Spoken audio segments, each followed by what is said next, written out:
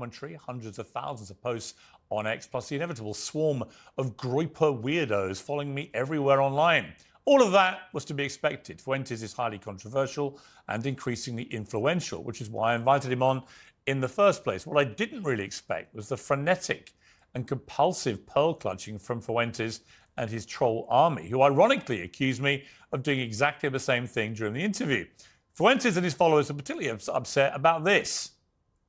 There was an episode of your podcast where you talked about your father, Bill Fuentes, and how he wouldn't take the family, including you, to certain restaurants because he believed they were associated with African Americans. We would be deciding where to go to eat, you said. What are we going to do for dinner tonight? It was a running joke. Me and my sister would say Applebee's, and my dad would say we would never eat at Applebee's. Not in a million years should you be caught dead, Fuentes said about Applebee's.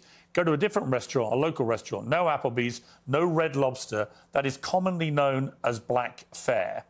And you also shared another story about your family and restaurants. It said, before me and my sister were born, my family had a saying about Olive Garden that contains the N-word that we're not allowed to say.